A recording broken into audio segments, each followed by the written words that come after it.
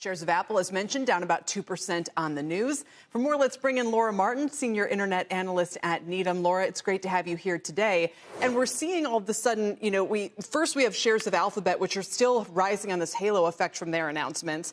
Apple not only has to contend with whatever OpenAI might now be up to, but more reports about how it wasn't able to push forward with its own AI development. So how do you see this landscape shifting competitively?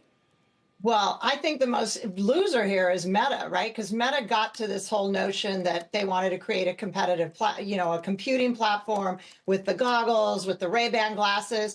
And Google yesterday announced they're coming hard into this race of devices. And you just got the best device guy going to the best, arguably the best software platform at OpenAI. So what it's telling you is race is on. Consumer products are going to be integrated hardware, software, and all of them are trying to displace Apple because Apple is the device in every consumer's hands, or the 50% of the wealthiest consumers' hands in America, and they are charge a 30% tithe.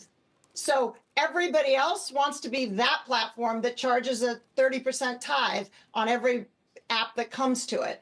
So the race is on. Yeah, I think that's well said. And Meta, of course, has been a strong performer, but lately, but maybe taking a little bit of a timeout. So as far as Apple's concerned, a lot of people who are in the stock for a very long time say, you know what, they're going to figure it out. So a lot's unclear. Their buybacks probably trump anything else that's going on, but it is coming off kind of this, now what is it, 6 days down in a row? And it deserves to be because they are doing $3 billion of CapEx in the same year, 2025, when Google's doing 80, Meta's doing 65, Amazon's doing $104 billion. All of those tens of billions being allocated to just this, like OpenAI and the promise of everything being retooled in the American economy at a lower cost basis. And Apple's like, we're just going to ignore this and do $3 billion of CapEx. So Apple is ignoring the single biggest technology disruption in the last decade since mobile. You also, Laura, to sort of continue on with my best athlete analogy, you also have somebody that not only is, quote, the best athlete, but is somebody that knows how Apple works. To your point, they're not just going to a competitor per se. They're bringing trade. Now, there may be NDAs and stuff like that, stuff he can't say, but he knows not only the inner workings of Apple, but the men and women who are making all the decisions. Now he's bringing that institutional knowledge to OpenAI. That's a powerful thing.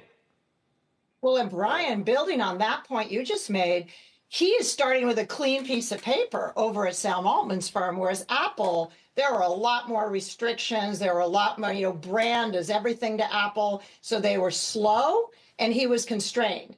Now you have the best device maker, like you say, sort of living today with a clean piece of paper that can make something that none of us have ever dreamed of. How cool is that? Although, for consumers? to jump on the analogy, I think about all the Patriots, coaches over the years who went to all the other teams and they never panned out and the franchises were never as successful. So does Jony Ive just continue to kind of get the halo effect of, Belichick and Brady was him and Steve Jobs, and now he's going somewhere without a product per se, and we're all just speculating about whether you can even kind of recreate that magic once again? So I would take the over because creative people are creative. And I think this is one of the most creative hardware guys with one of the most powerful new technologies. I think it's going to be awesome. It might take a year or two, but watch out Apple because he is coming for you. Yeah. Anything you'd add, Laura, with, Alphabet shares, obviously, both of us, it caught our attention, a $250 subscription service. Yes, that's a high number. OpenAI, though, offers this $200 kind of professional version for ChatGPT now that, I know a fair number of people are using. So maybe they'll get some take up. I think it's expensive. It's $250 a month. But yeah, Claude has a $200 a month product. OpenAI has a $200 a month product. They're trying to get sort of the high end of the developers in this product. And then my gut feel is they're going to have dialogues between this very high end power user that's paying a $50 premium. That's a 25% premium over what else is out there from competitors.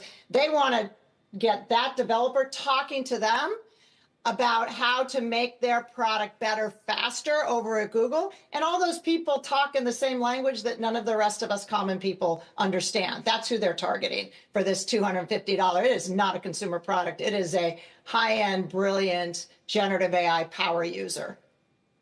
Well, at $250 a month plus tax, it better be a power user. Get the value out of that. Laura Martin, always the best athlete in the room. Thank you.